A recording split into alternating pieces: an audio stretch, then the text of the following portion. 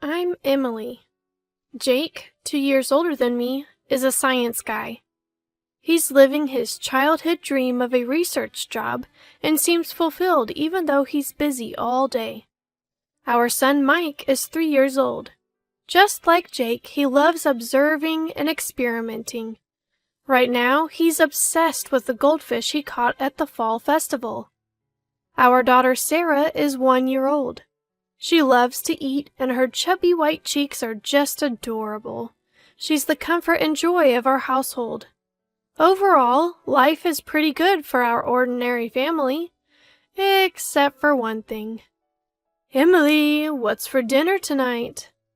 Mother-in-law. Just as I was trying to calm down my crying daughter and finish up dinner, the doorbell rang. Without any hesitation, my mother-in-law walks into our home as she often does. It might not be the same day every week, but she shows up around this time frequently enough that Mike hardly even looks away from the TV. My goodness, fried food again? That's not good, so oily. You need to take better care of Jake's stomach when he comes home tired from work. It's not good for the grandkids either. But Mike really likes it. Well, that's because you only feed him junk. Look, I've made a creamy vegetable stew and minestrone for you. It's important for the kids to get used to Western food from an early age. My mother-in-law starts setting the table with the large containers of creamy stew and minestrone she brought. It's a lot, enough to last for at least 3 days. And I feel a little down just looking at the stew, which is mostly just carrots and cabbage. Come on, stop daydreaming. I'll take the food you made home with me, so go ahead and pack it up. It's not tasty, but we can't waste food. This is routine. Last time she visited unexpectedly, she replaced my clam chowder with her own fried chicken. Holding the still warm container, she left without even looking at her grandchildren. Once the front door closed, my son turned to me softly. Grandma took my fried chicken again.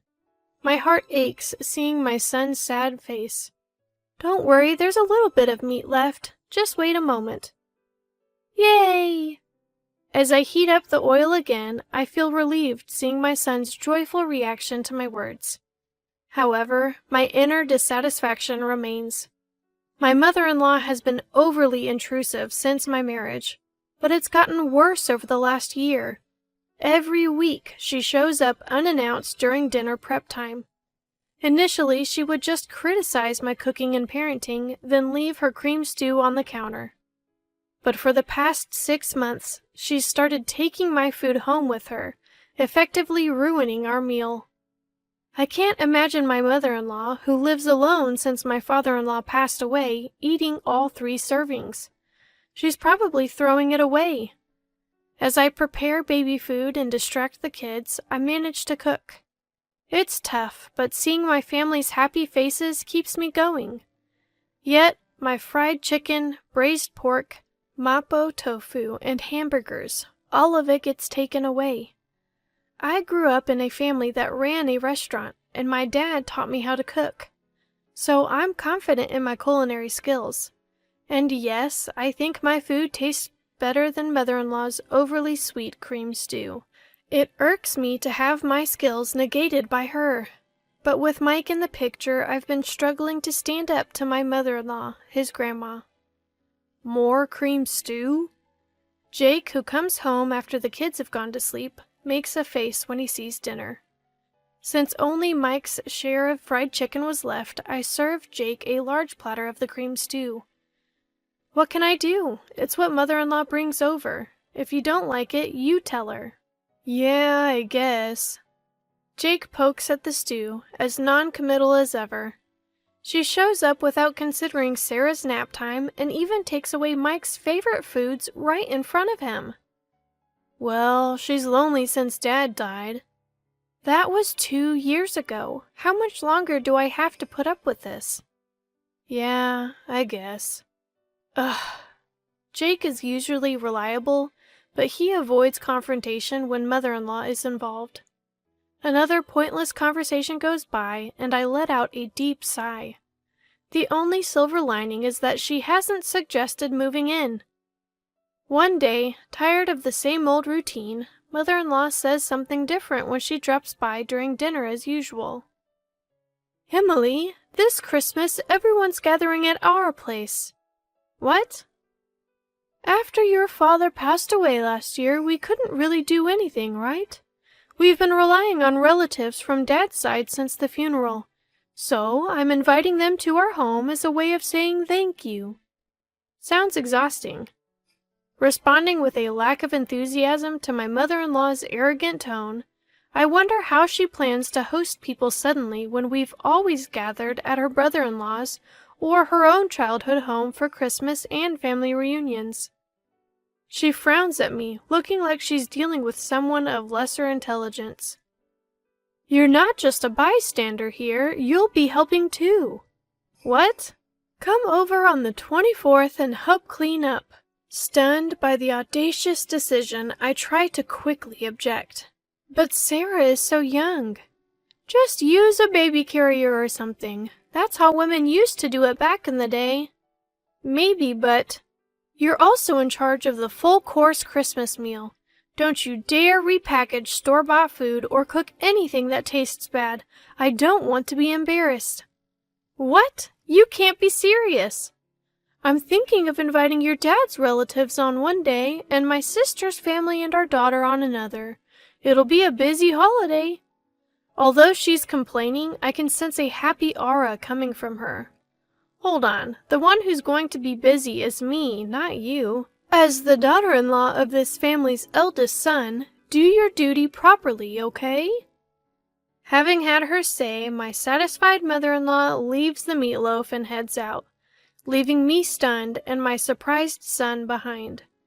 She doesn't forget to pack the shrimp gratin that just needs to be baked, though. That night, when I tell Jake about it, he's as bewildered as I am. What? She's planning a party from Christmas, even inviting Dad's side of the family when he's not here? Yes, that's the plan. Well, maybe Mom's lonely. I finally lose my temper at Jake's predictable response. Think about what it's like for me, always being pushed around. Seeing Jake's face turn to an unmistakable uh-oh, he goes silent. But even he realizes that this time it's too much and lets out a resigned sigh. All right, I'll handle the cleaning and entertaining the relatives. Really? I'm glad to hear Jake's proposal. It gives me some direction. But can you still cook the full-course Christmas meal? Just for this year, let's keep Mom's reputation intact. Plus, everyone in the family loves your cooking. As he pleads, Jake is staring at the meatloaf mother-in-law left for us. I mean, it's hard to say no after making a concession. Fine, just for this year. Thanks. Man, I can't wait for Emily's Christmas feast. Geez, you're in high spirits, aren't you? Being praised isn't so bad, and I don't mind cooking for people. So I brace myself that it's just for this time and agree to prepare a full-course Christmas meal. When I tell my mother-in-law that Jake will stay over to help with cleaning, she makes a displeased face and says, "How could you let the man of the house do such things?" But she seemed reasonably satisfied seeing Jake bustle around at his parents' home for my sake. And then comes Christmas lunchtime. "Emily, is the corn soup ready?" "I'm preparing the croutons now." I scurry around the kitchen, getting the carpaccio and corn soup ready. "You're so inefficient. I'll bring the food myself." "I'm sorry. If you're going to complain, try preparing a meal for 20 people. It's really, truly exhausting." Finally, the serving is done, and I sit down at the party. Jake seems to have put our daughter down for a nap in another room.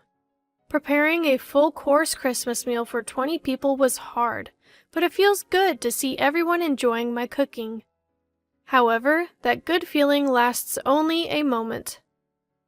"This quiche looks so beautiful. It's like something you'd buy." Thank you?" "Geez, you're good at flattery." This carrot slaw is perfectly balanced with the vinegar. The orange scent really freshens up your mouth. That's because Christmas meals tend to be rich, so I made it a bit more acidic. Something's off. Every time someone tries to compliment my Christmas cooking, mother-in-law interrupts. Something is not right. And the source of this awkwardness is revealed by Sophia, father-in-law's sister. Emily's mother-in-law is such a great cook, isn't she? Excuse me? Confused, I let out a dumbfounded sound. Unperturbed, Chatterbox Sophia continues her story. Did Olivia make this entire Christmas feast? That's amazing! Huh? I haven't cooked a full-course Christmas meal in ages. I was going to leave it to my daughter-in-law, but she's absolutely terrible in the kitchen, and she never comes by, even when I offer to teach her. What? The mother-in-law talks about struggles she never even faced as if they're a given, leaving me puzzled. Oh, Emily, you should really take after Olivia while she's still well. Jake might miss the taste of home sometimes. You know the way to a man's heart is through his stomach. Daniel, a relative hanging around Sophia, laughs. It feels like he's mocking me. You know, Olivia, that pork belly stew you made last time was delicious. It's amazing you can cook both Western and Japanese dishes. It's not that big of a deal, but I'm glad you enjoyed it. The mother-in-law smiles and feigns humility, but that pork belly stew was clearly my creation. As I stand there astonished, she mouths, "Go along with it." Apparently, she's been claiming all my dishes, including the Christmas feast, as her own and sharing them with the family. And now she wants me to be complicit in her lie? No way. Especially after she's been criticizing my cooking all this time. Though I want to speak out, I'm overwhelmed by the crowd and find myself speechless. My savior turns out to be my son. Mom, this omelet is really tasty. It looks different than usual, but your omelets are always good. My young son's high-pitched voice echoes through the room, and the noisy adults fall silent. Oh, Mike, this is actually a quiche your grandmother made. Sophia tries to cover for my son, probably out of kindness. But my son responds, astonished. Huh? But it's tasty.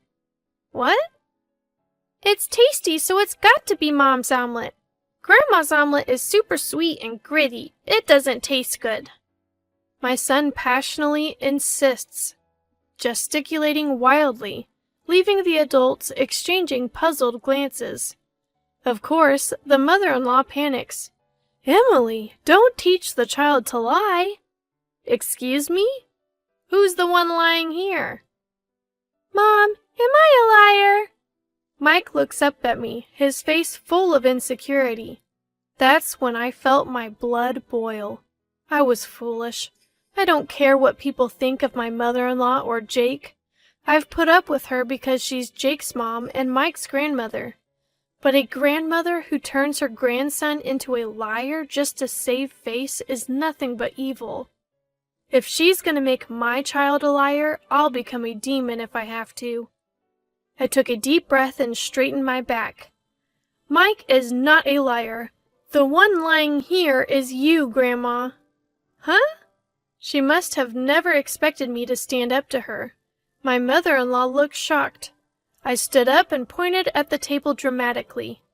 I made this entire Christmas feast, including the corn soup.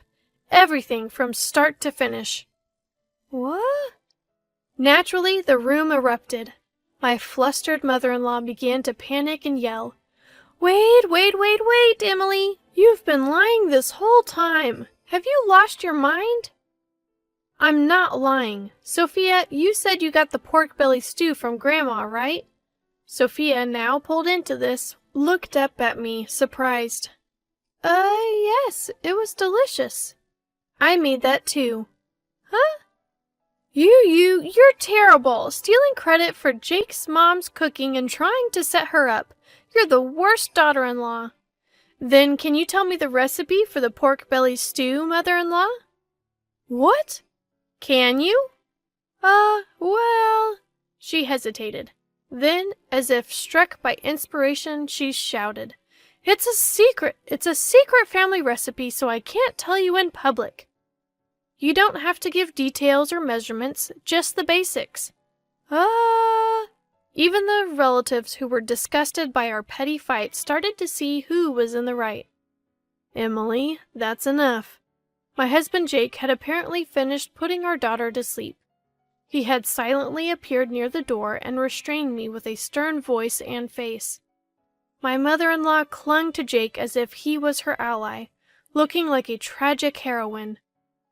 Jake, what's up with your daughter-in-law? She's calling me a liar. That's awful. Mom, you're the awful one here. What? Mother-in-law's mouth drops open. This entire Christmas feast, Emily made it all day while taking care of the kids. Trying to take credit for it is pretty low. Jake! Sophia, the only thing Mom made is that massive bowl of creamy stew over there. Have you tried it? Huh? Yeah. Sophia, once again caught in the middle, looks at the pointed out creamy stew, visibly shaken. Is she recalling how incredibly sweet that stew was? Yeah, it was insanely sweet, wasn't it? Mom thinks if it's sweet, it's tasty.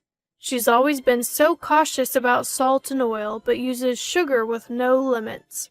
So all her dishes taste like a block of sugar. Is that so? The pork belly stew was probably made by my daughter-in-law, too. If you got any other dishes from Mom recently, they were likely made by Emily. Really? Even that meatloaf? That was me. And the mapo tofu and shrimp gratin? That was me. Everyone in the family is disillusioned with mother-in-law because of her own son's revelation. Isn't that right, Mom? Mother-in-law, exposed for all her lies, is panicking. Seems like she's given up on lying and is now trying to appeal to Jake's emotions. Why are you siding with your daughter-in-law? I'm your mom. I didn't want to have to say this either, Mom. I thought you were just lonely because Dad isn't here, so I've been having Emily put up with you. But this isn't anything but harassment towards her. There's no reason to protect you anymore. Don't see Emily or the kids ever again. Jake, who firmly dismisses his begging mother, starts to clean up the Christmas feast. Then he apologizes to the relatives. I'm sorry for the disturbance this Christmas. Emily, Mike, let's go. Jake! As Jake takes Mike's hand and stands up, Mike glances at mother-in-law. Grandma, where's your I'm sorry? Huh? When you lie, you say I'm sorry. Then you get forgiven, right? Isn't that right, Mom? I get it. You have to be forgiving when it comes to raising kids. But a simple sorry isn't going to cut it. Luckily, I didn't have to worry for even a second. Mother-in-law clenched her lips so tightly they looked like they'd bleed, clearly having no intention of apologizing. Seeing her, Jake sighed as if he'd had enough. Grandma can't even say I'm sorry, and she's supposed to be an adult. How sad. Let's go home and have Mom's delicious Christmas feast. Okay. We left behind a growling mother-in-law and confused relatives, carrying our sleeping daughter and the Christmas feast as we left Mike's house. We went straight to my parents' place and served the Christmas feast. Everyone was delighted and ate with joy. This is what I had been striving for, so my heart was full. Jake, of course, apologized profusely and promised never to let us meet mother-in-law again. Apparently, the atmosphere at Mike's house remained awkward. His relatives dispersed, leaving only a soulless mother-in-law and some bland food. The next day, mother-in-law's sister and her husband, as well as Jake's sister, visited as promised. Seeing the bland food, they chuckled and said, "Figures." Apparently, mother-in-law's lack of cooking skills was a well-known fact among her relatives. "So you brag about hosting a Christmas feast?" I wondered what magic trick you'd pull. Probably just jealous of Emily, who's good at cooking and praised by Jake and Mike. "Sorry for the inconvenience," they said. After hearing the details from Jake, my sister-in-law thanked me for my efforts. Sophia also called to apologize. "I'm sorry for jumping to conclusions." It turns out Sophia also enjoys cooking, and we bonded over a recipe for braised pork belly. The misunderstanding with Jake was cleared up, and I found new friends who share my cooking hobby. I felt refreshed, enjoying a carefree Christmas. Of course, mother-in-law wasn't going to back down that easily, but I'm well prepared. As I'm making cornbread, my phone rings. It's mother-in-law. "Excuse me, where are you? It's dinner time. Do your duty as a wife." "Are you making the same mistake and coming over again?" She's furious on the other end of the line. "How dare you? I came here because you didn't apologize. Come home and clear the misunderstanding with our relatives. Then I'll forgive you for embarrassing me." "No thanks." "What? You'll be the one left out by the family." "That won't be a problem." "What?" To begin with, the one who put on airs and got shunned by the relatives was mother-in-law. I've even made plans to cook with Sophia next time. "What?" Mother-in-law probably never imagined that I'd become close to father-in-law's side of the family. In other words, I'm well aware that mother-in-law has distanced herself from father-in-law's relatives. So, what now? Still got any moves left? I add another blow to the stunned mother-in-law. Also, I'm not returning to that house. What? Yes, the kids and I have been staying at my parents' house since Christmas. We're planning to find a new place to live now that the holidays are over. Initially, living near Mike's family was mother-in-law's strong insistence, but Jake's workplace is actually closer to my parents' house. Didn't Jake tell you to stay away from daughter-in-law? But since mother-in-law can't listen better than a child, we've decided to physically distance ourselves. Right now, Jake is the only one living there, and he'll leave once he's ready. What? Where are you? Who knows? You think you can get away with not cherishing Jake's mom? Yes, because Jake and sister-in-law have forgiven me, it's okay. Well, wait, what? Thank you for everything so far, mother-in-law. I'm so happy I'll never have to see you again. Goodbye. Wait a minute! With a bit of a laugh, I hang up on mother-in-law, who's screaming like a villain in a superhero show. Then I block her number to make sure I never have to hear her voice again. 2 years later. Mom, what's for dinner today? Hamburgers. Yay! I love Mom's burgers the most in the world. Sarah loves them too. Sarah loves them too. Dad loves them the most in the universe. Oh, Dad, that's not fair. My family happily waits for my cooking in the living room, playing around, as I fry the burgers in the kitchen. My heart warms up again today, watching them eagerly await my cooking, smiles on their faces.